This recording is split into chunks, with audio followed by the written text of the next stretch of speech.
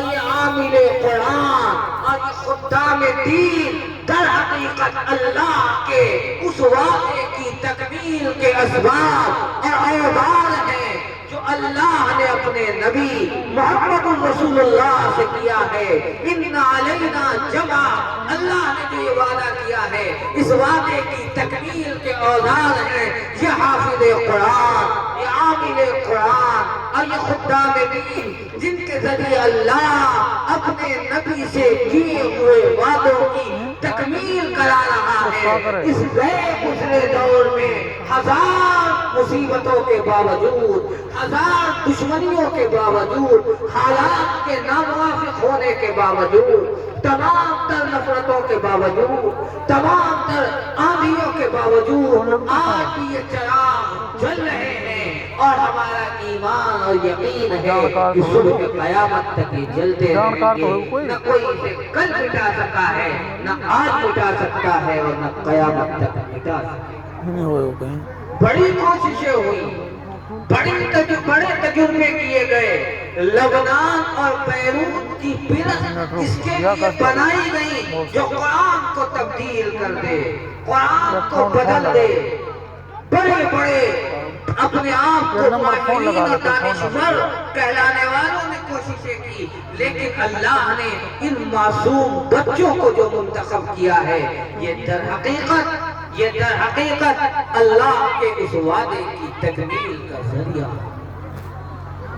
ہمارے لکھنؤ میں ندوۃ العلماء میں ایک مرتبہ کچھ عیسائی پادری آئے۔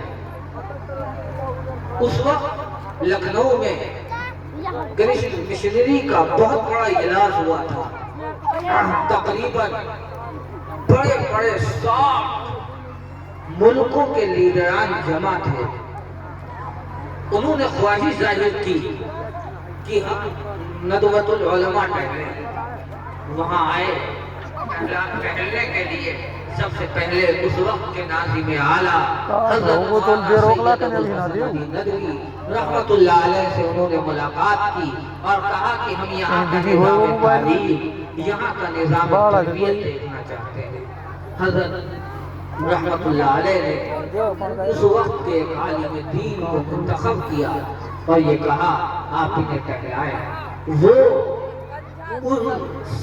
تقریباً 60 افراد تھے، ان 60 افراد کو ٹہلانے کے لیے لے گئے۔ ان کے کھانے کا ناشتے کا انتظام تھا، چوٹی کے لوگ تھے۔ سب سے پہلے انہوں نے جب ٹہلانے کا آغاز کیا تو اس حفظ کی درگاہ سے کیا جہاں چھوٹے چھوٹے معصوم بچے ہل ہل کر قرآن یاد کر رہے ہیں، ہل ہل کر قرآن یاد کر رہے ہیں۔ مسجد میں گئے، کلاس میں گئے، معصوم سے بچے ہل رہے ہیں، دنیا مافیہا سے بے خبر۔ پوچھا انہوں نے کیا کر رہے ہیں؟ ان گائیڈ کرنے والے، اس ٹہلانے والے استاد محترم نے یہ فرمایا کہ یہ قرآن یاد کر رہے ہیں۔ انہوں نے حیرت سے پوچھا پورا قرآن؟ انہوں نے کہا جی پورا قرآن۔ کہا اتنا موٹا قرآن؟ کہا ہاں اتنا موٹا قرآن۔ کہا اتنے بچے یاد کر لیں؟ انہوں نے کہا کس دنیا میں رہتے ہیں؟ ارے مریخ سے آئے، شمس و قمر کہاں رہتے ہیں؟ ہمارے یہاں ایک نہیں ہزاروں مدرسے ہیں جہاں اتنے چھوٹے چھوٹے بچے قرآن کو یاد کرتے ہیں، اور یہ جو ان کے اساتذہ قرآن کو پڑھا رہے ہیں انہوں نے اس عمر میں قرآن کو یاد کیا۔ اور پھر یہ رمضان میں مسجد کے محراب میں کھڑے ہو کر ہزاروں کے مجمع کے آگے اس قرآن کو زبانی سناتے ہیں۔ ان کی عقل متحیر، ان میں سے ایک عورت تھی، اس کی زبان سے یہ جملہ نکلا کہ میں سمجھ گئی۔ ان ٹہلانے والے استاد کے کان میں پڑا، انہوں نے ان کو تھاما اور کہا کہ آپ کو یہ بتانا پڑے گا کہ آپ کیا سمجھی، آپ کو یہ بتانا پڑے گا کہ آپ کیا سمجھی۔ اس نے کہا کچھ نہیں ہے، ایسے ہی کہہ دیا۔ کہا ایسا نہیں، ہم اس وقت تک آپ کو ندوے کے گیٹ سے باہر نہیں جانے دیں گے جب تک آپ ہمیں اس جملے کا مطلب نہ بتائیں۔ جب اس عورت نے یہ دیکھا کہ پیچھا چھٹنے والا نہیں تو ان سے کہا کہ آپ ذرا کنارے چلے ہم بتائیں آپ کو. کہا کہ لبنان اور بیروت میں ہماری پوری مشینریاں اس بات پر کام کر رہی ہیں کہ قرآن کو بدل دیا جائے اور لاکھوں لاکھ ڈالر بلکہ اربوں کھربوں ڈالر ہم نے خرچ کیے ہیں کہ قرآن بدل جائے، لیکن آج تک یہ قرآن بدلا نہیں جا سکا. اس کا ایک نقطہ، اس کا ایک زبر، اس کا ایک زیر، اس کا ایک حرف، اس کی ایک آیت تبدیل نہیں کی جا سکی. یہ بات سمجھ میں نہیں آتی تھی کہ آخر یہ قرآن کیوں نہیں بدلا جا رہا. آج سمجھ میں آیا ہے کہ یہ قرآن اتنے چھوٹے چھوٹے بچوں کے سینے میں محفوظ ہے. ہم صفحات کے اوپر تو قرآن بدل سکتے ہیں، ہم کاغذات پر تو قرآن بدل سکتے ہیں، ہم چھپا ہوا قرآن کو تبدیل کر سکتے ہیں، لیکن وہ قرآن جو ان معصوم بچوں کے سینے میں محفوظ ہو گیا اسے کوئی بدل نہیں سکتا. آج میرے بات سمجھ میں آئی کہ قرآن کیوں نہیں بدلا جا رہا. اللہ نے اپنے نبی سے وعدہ کیا اِنَّ عَلَيْنَا جَمْعَ، اے پیغمبر ہم آپ سے وعدہ کرتے ہیں کہ اس قرآن کو محفوظ رکھیں. خوش قسمت، پھر ہم یہ کہتے ہیں خوش قسمت ہے وہ اساتذہ جس کو اللہ نے اس کام کے لیے منتخب کیا. اور میں اپنے قابل قدر اساتذہ سے کہوں گا آپ اپنے دل کو چھوٹا مت کیجئے، آپ اپنے حوصلوں کو پست نہ کیجئے.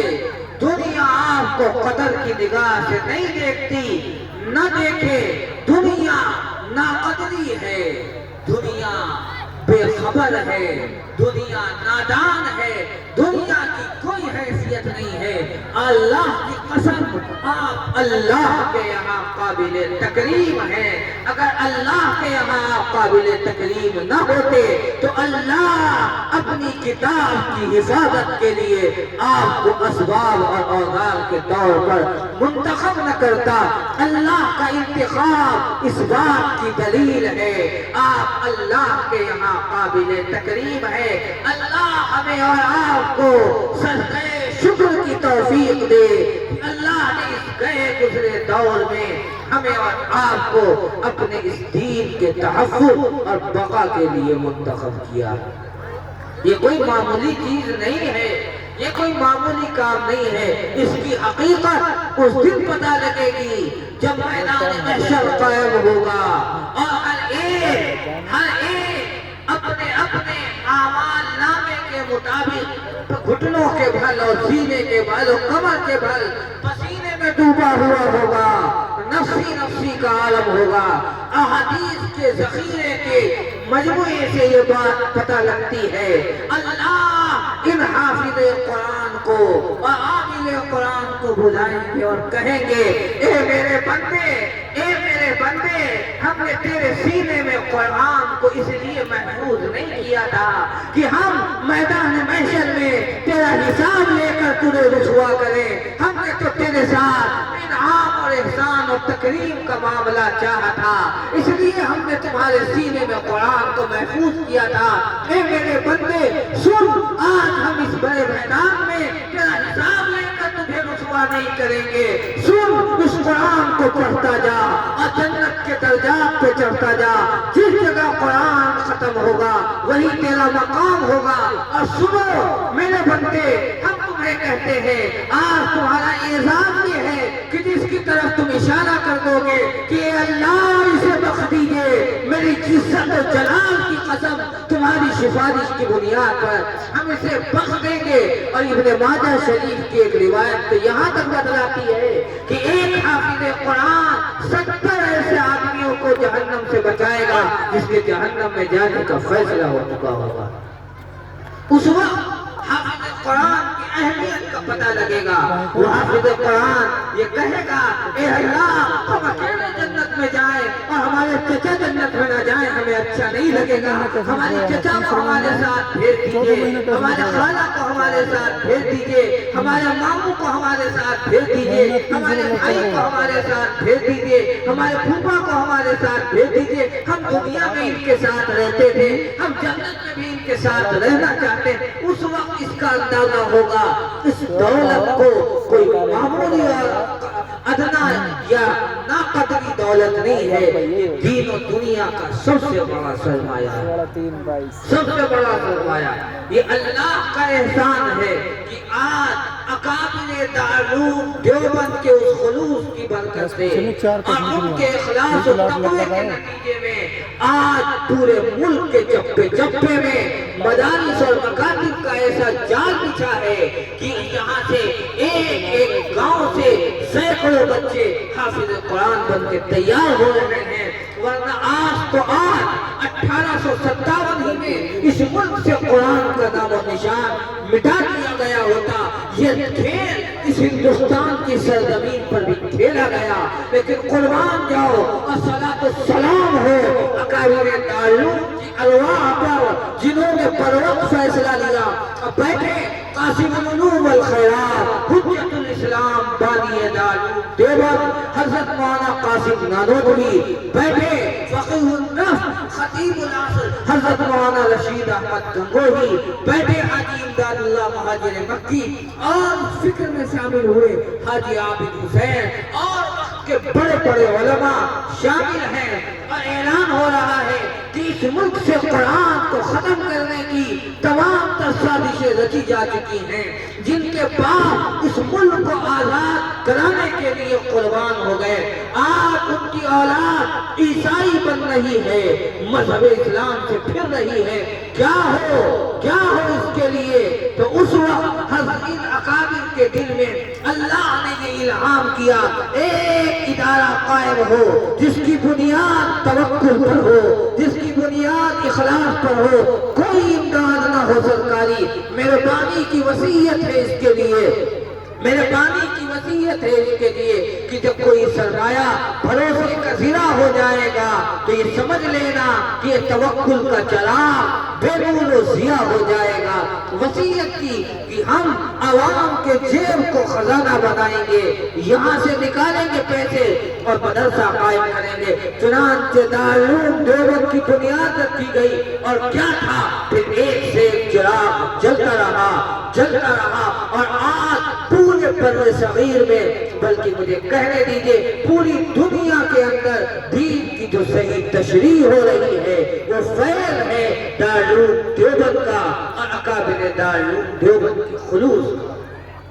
اس کی برکت سے آج یہاں ایک ایک گاؤں میں سینکڑوں بچے حافظ قرآن ملتے ہیں. ورنہ جہاں یہ مدارس نہیں ہیں, جہاں یہ مکاتب نہیں ہیں, وہاں حافظ قرآن پورے ملک میں نہیں ہے, پورے ملک میں نہیں ہے.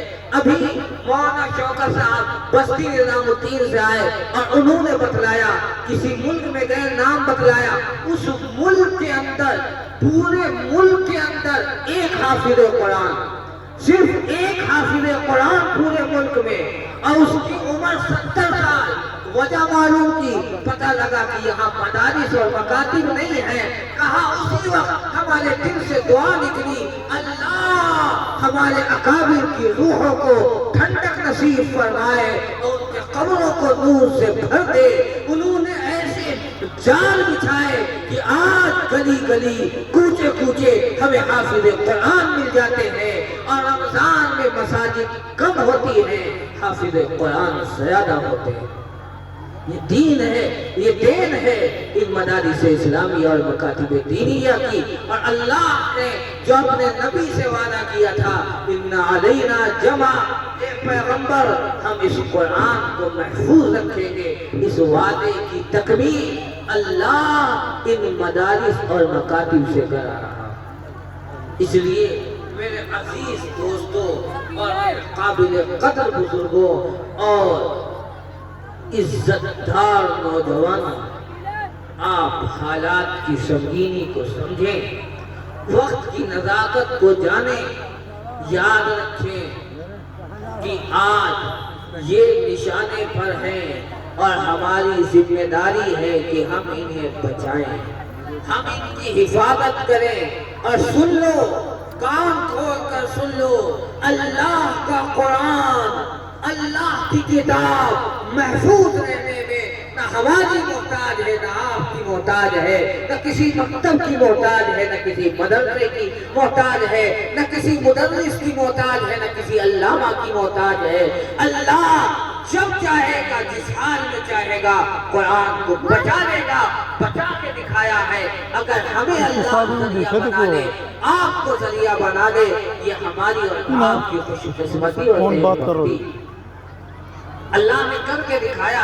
میں ایک واقعے کی ہلکے سے اشارہ کرتا ہوں کہ روس کا جب انقلاب ہوا، پوری تفصیل سے ہٹتے ہوئے، روس کا انقلاب ہوا، قرآن پر پابندی لگ گئی، کوئی قرآن گھر میں کسی کے قرآن پکڑا جائے تو سزائے موت تھی یا عمر قید تھی، کسی کے گھر میں قرآن کا ایک صفحہ نکل آئے 10 سال کی سزا، مسجد میں اذانیں بند۔ یہ کس روس کی بات کر رہے ہیں آپ کو پتا؟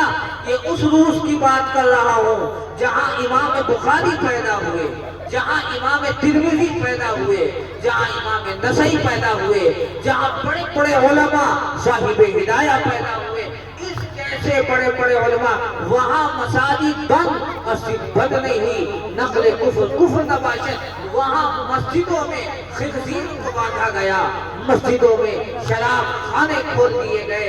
اس روس کی سرزمین پر قرآن پڑھنا ایسا جرم تھا کہ اس کے لیے پھانسی کا پھندا تھا۔ اور یہ حال ایک دو دن نہیں رہا، یہ حال 70 سال رہا۔ 1990 میں جب یہ حکومت ٹوٹ کر بکھری ہے، اس وقت وہاں سے حفاظ اور علماء کی ایک جماعت مرکز نظام الدین آئی ہے، اور اس وقت کے امیر حضرت جی مولانا انعام صاحب رحمت اللہ علیہ نے اس جماعت کو، اس وقت کے عالم، بڑے عالم دین مولانا سجاد نعمانی دامت برکاتہ کے حوالے کیا۔ یہ 1990 کی بات ہے۔ مولانا فرماتے ہیں میں حضرت جی مولانا انعام الحسن صاحب کے حکم سے ان کی جماعت کا امیر بن کر چلا، اور انہیں ملک کے بڑے بڑے اداروں کے دورے کرانے ہماری ذمہ داری تھی۔ ہم ایک مسجد میں اس جماعت کے ساتھ قیام پذیر تھے، علماء وہاں کے مفتی تاشقند اس جماعت کے اندر موجود تھے۔ ہم نے ان سے روس کے حالات دریافت کیے تو انہوں نے بتایا یہ جو مختصر سی جماعت ہے، اس جماعت کے اندر 3 بچے بھی حافظ ہیں۔ کہ ہم دنگ رہ گئے، ہم نے ان سے قرآن سنا، انہوں نے قرآن کو پڑھا تو اتنا میری روح وجد کرنے لگی۔ میں نے پوچھا یہ قرآن آپ کے پاس کیسے باقی رہا؟ روس میں تو قرآن رکھنے کی اجازت نہیں تھی، قرآن پڑھنے کی اجازت نہیں تھی۔ فرماتے وہ رونے لگے، اور روتے روتے انہوں نے کہا اللہ نے قرآن میں اپنے نبی سے وعدہ کیا اِنَّا نَحْنُ نَزَّلْنَا الذِّكْرَ وَإِنَّا لَهُ لَحَافِظُونَ۔ مولانا فرماتے ہیں میں نے مفتی تاشقند سے پوچھا یہ بتاؤ یہ تو اللہ نے وعدہ کیا، اس وعدے کا ظہور کیسے ہوا، کیا اسباب ہوئے؟ فرمایا ہم لوگ جو بچ گئے تھے، جو علماء بچ گئے تھے، ہم نے بہت ساری قرآن پڑھانے کی تدبیریں اختیار کی۔ ان میں سے ایک تدبیر یہ اختیار کی کہ ہم ایک مصنوعی جنازہ، یعنی ایک جنازہ بنا کر قبرستان لے جاتے، قبر کھودتے، اس قبر میں 4-6 بچوں کو اتار دیتے۔ کچھ ہمارے آدمی قبرستان کے گیٹ پر کھڑے رہتے، جب سرکاری آدمی کو آتے ہوئے دیکھتے وہ ہمیں اشارہ کرتے، ہم بچوں کو باہر نکالتے اور اس طرح مٹی ڈالتے جیسے کہ ہم نے ابھی کوئی تازہ مردہ دفن کیا ہو۔ وہ آتے دیکھ کر چلے جاتے اور ہم سے کہتے آپ اپنا کام اطمینان سے کیجئے۔ جب وہ چلے جاتے پھر ہم قبر سے مٹی کو صاف کرتے، ان بچوں کو اس میں اتارتے، قرآن یاد کراتے، اور اللہ نے اس میں ایسی برکت داخل کی کہ ہمارے ایک ایک گاؤں میں یہ صرف 3 نہیں 3 حافظ ہیں۔ اور پھر فرمایا اللہ نے ایسی برکت حاصل داری کہ جو بچے 3 سال میں قرآن حفظ نہیں کر سکتے تھے، ہماری جدوجہد کی برکت سے ان بچوں نے 3 مہینے میں قرآن کو حفظ کیا ہے۔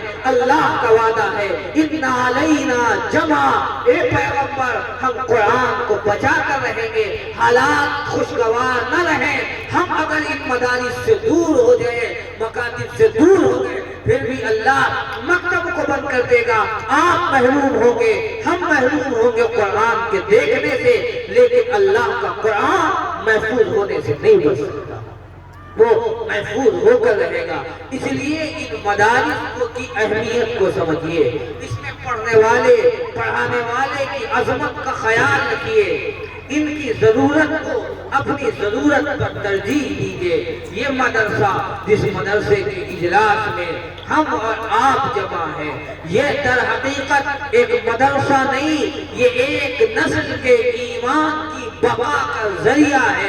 اور صرف یہ نہیں، جتنے مدارس ہیں وہ صرف ایک مدرسہ نہیں ہوتے، نسل کے ایمان کی بقا کا ذریعہ ہوتے ہیں۔ میرے اس جملے کو لکھ کر رکھو، ایک مدرسہ اور مکتب صرف ایک مدرسہ نہیں ہوتا، بلکہ نسلوں کے ایمان کی بقا کا ذریعہ ہوتا ہے۔ یہ چہرے پر داڑھیاں، یہ مسکراتے ہوئے چہرے، یہ سر پر ٹوپیاں اور سروں کے اوپر ایمان کا نور، یہ جو سب کچھ نظر آ رہا ہے، یہ دین ہے انہی مکاتب اسلامیہ، مدارس اسلامیہ کی۔ اگر یہ مکاتب اور مدارس باقی نہ رہے تو یاد رکھیے، نہ ہم رہیں گے، نہ آپ رہیں گے، نہ ہمارا ایمان رہے گا، نہ آپ کا ایمان رہے گا، نہ ہماری نسل کا تشخص باقی رہے گا۔ اگر آپ کو باقی رکھنا ہے، ان مدارس کو زندہ رکھنا ہوگا۔ جب تک یہ مدرسے زندہ ہیں، آپ سے آپ کا قرآن کوئی نہیں چھین سکتا، آپ سے آپ کا ایمانی تشخص کوئی نہیں چھین سکتا، آپ سے آپ کی مساجد کوئی نہیں چھین سکتا، آپ سے آپ کا ایمانی جذبہ کوئی چھین نہیں سکتا، آپ سے آپ کی محمد رسول اللہ کی محبت کوئی چھین نہیں سکتا۔ یہ سب دین ہے انہی مدارس اور مکاتب کی دین ہے۔ کیوں؟ اس لیے کہ اللہ کے وعدے کی تکمیل کا ذریعہ ہے۔ جو اللہ نے وعدہ کیا تھا، یہ مدارس اس وعدے کو پورا کر رہے ہیں۔ اللہ نے ایک وعدہ یہی کیا تھا، اِنَّ عَلَيْنَا جمع، کہ ہم قرآن کو محفوظ رکھیں گے۔ دوسرا وعدہ کیا تھا کہ ہم اس قرآن کو صحیح پڑھا جاتا رہے گا۔ آپ کو پتا ہے اس میں قرآن کو صحیح انداز پہ پڑھنے کا ڈھنگ بھی سکھایا جاتا ہے۔ اب میں بہت اختصار کے ساتھ کہتا ہوں، تیسرا وعدہ کیا تھا، ہر دور میں ایسے علماء رہیں گے جو دین کی صحیح تشریح کریں گے۔ ظاہر ہے ایسے علماء کو بھی انہی مدارس میں تیار کیا جاتا ہے جو اس حالات کے مطابق امت کی رہنمائی کریں۔ یہ تمام کام یہ مدارس کر رہے ہیں۔ اس لیے جب تک مدارس باقی ہیں، یہ عافیت کا سامان ہے۔ ہر طرح انہیں مدد کرو، اپنے جان سے زیادہ انہیں عزیز جانو، ہر طرح ان کے لیے اپنی قربانی کو پیش کرنے کی سعادت سمجھو۔ صرف دو باتیں آپ سے عرض کرنا چاہتا ہوں۔ نمبر ایک، یہ طے کرو کہ اپنی اولاد کو انجینئر، ڈاکٹر، جو کچھ چاہو وہ بناؤ گے، لیکن اس سے پہلے اسے حافظ قرآن اور کم سے کم قرآن کا پڑھنے والا بنائیں گے۔ اور نمبر دو، مدارس، مکاتب اور علماء سے محبت کریں گے، ہر طرح ان کا تعاون پیش کریں گے۔ اگر آپ ان دو کام کے کرنے کے لیے تیار ہیں تو پھر ہمارا اور آپ کا مستقبل روشن ہے۔ اور اگر ہم اس سے پھرتے ہیں تو پھر علامہ اقبال نے بہت پہلے کہا تھا کہ سنو کہ اگر تم نے ان کی اہمیت کو نہیں سمجھا تو پھر اس ملک کو روم اور اسپین بنانے سے کوئی نہیں دیکھ سکتا۔ نہ سمجھا تو مٹ جائے گی، نہ سمجھو گے تو مٹ جاؤ گے اے ہندی مسلمانوں، نہ سمجھو گے تو مٹ جاؤ گے ہندی مسلمانوں، تمہاری داستان بھی نہ ہوگی ہماری داستانوں میں۔ وآخر دعوانا الحمدللہ رب العالمین۔ جزاکم اللہ خیر الجزا۔